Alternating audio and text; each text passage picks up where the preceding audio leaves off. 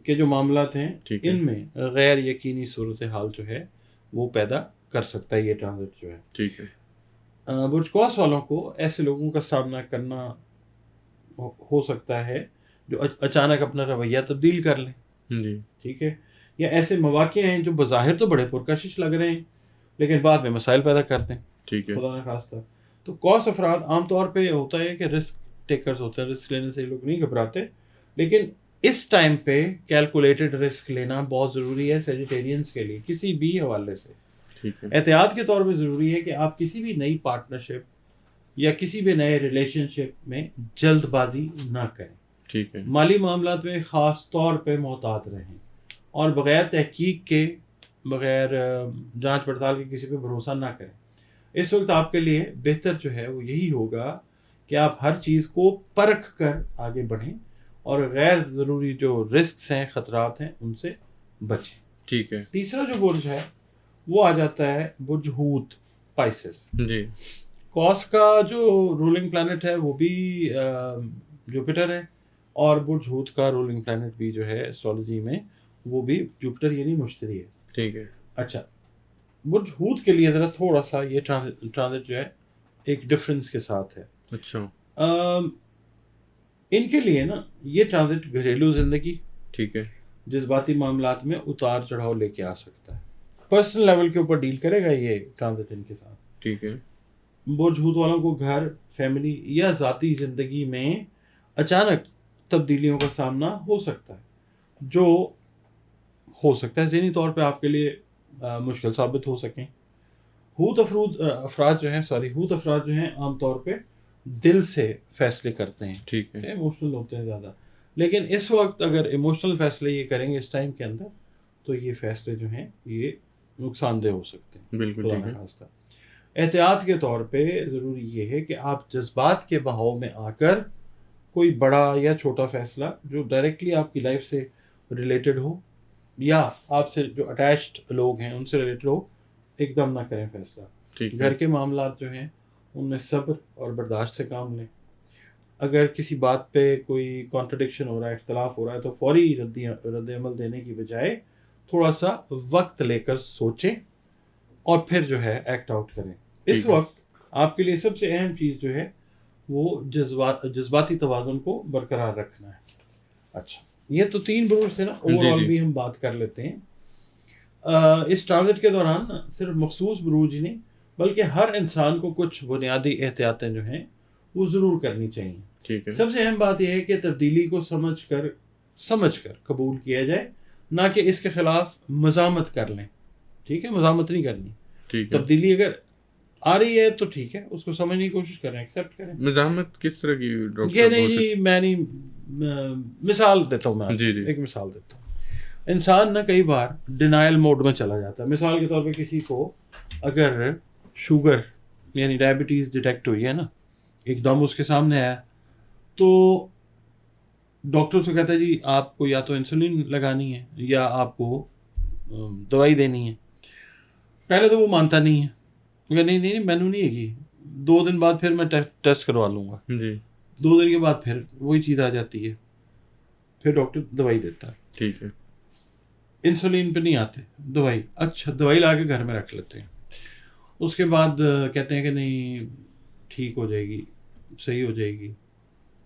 خود ہی ٹھیک ہوئی، ہفتے کے بعد پھر جب فیل ہوگا نا کہ طبیعت خراب ہو رہی ہے، پھر بالکل ایک گولی کھا لیں گے اور شوگر ظاہر ہے جب نیچے آئے گی تو کہیں گے اب میں ٹھیک ہو گیا، اب ضرورت نہیں ہے. جی ٹھیک ہے.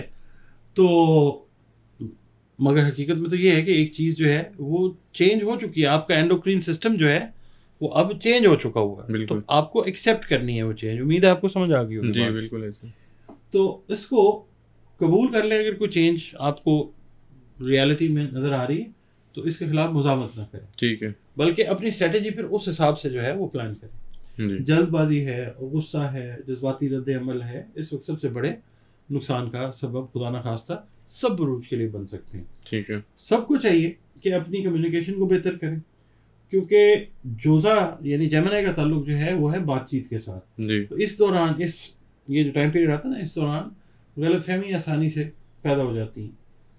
تو کسی بھی خبر پہ یا معلومات پہ فوری یقین کرنے کی بجائے پہلے اس کی تصدیق کریں.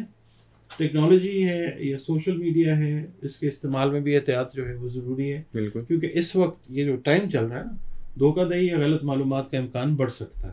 اس کے علاوہ یہ وقت جو ہے ٹرانزٹ جو ہو رہا ہے یورینس ان جیمنائی, ذہنی اور روحانی طور پہ مضبوط رہنے کا وقت بھی ہے. مراقبہ کریں, دعا کریں, خود پہ غور و فکر جو ہے وہ کریں. اس دور کی جو شدت ہے اس سے بچ جائیں گے انشاءاللہ. اگر آپ اپنے اندر سکون پیدا کر لیتے ہیں اور تو بیرونی حالات جو ہے وہ پھر آپ کو زیادہ متاثر نہیں کر پائیں گے انشاءاللہ. اپنی توانائی کو مثبت کاموں میں لگائیں اور منفی لوگوں سے جو دور رہنا ہے نا وہ سیکھ لیں. آپ کو جن کا پتہ ہے نا کہ یہ نیگیٹو لوگ ہیں, آپ ان سے سائڈ پہ ہو جائیں, اور نتیجہ اس کا یہ نکلے گا انشاءاللہ کہ اگر آپ احتیاط کر لیتے ہیں یہ 3 بروج اور باقی بھی, تو زندگی میں نئی راہیں کھلیں گی. ٹھیک ہے انشاءاللہ. مگر ساتھ ساتھ پھر آزمائش کا دور بھی وہ بھی چلتا رہے گا. ٹھیک ہے. تو یہ جو ہے اگر آپ سمجھداری اور محتاط فیصلوں کے ساتھ آگے بڑھیں گے تو نہ صرف آپ اپنے نقصان سے بچ سکتے ہیں بلکہ اس تبدیلی کے دور کو انشاءاللہ آپ اپنے حق میں بھی استعمال کر سکتے ہیں. بالکل ٹھیک ہے. بہت شکریہ ڈاکٹر صاحب, آپ نے اپنا قیمتی وقت دیا.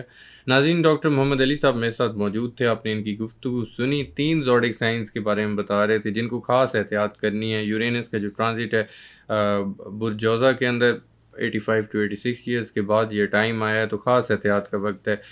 امید کرتا ہوں ویڈیو ہمیشہ کی طرح آپ لوگوں کو پسند آئی ہوگی. کمنٹس میں آپ لوگ فیڈ بیک ضرور دیجیے گا. مجھے اور ڈاکٹر صاحب کو اجازت دیجیے. اللہ نے چاہا تو نیکسٹ ویڈیو میں آپ لوگوں سے پھر ملاقات ہوگی. اللہ حافظ.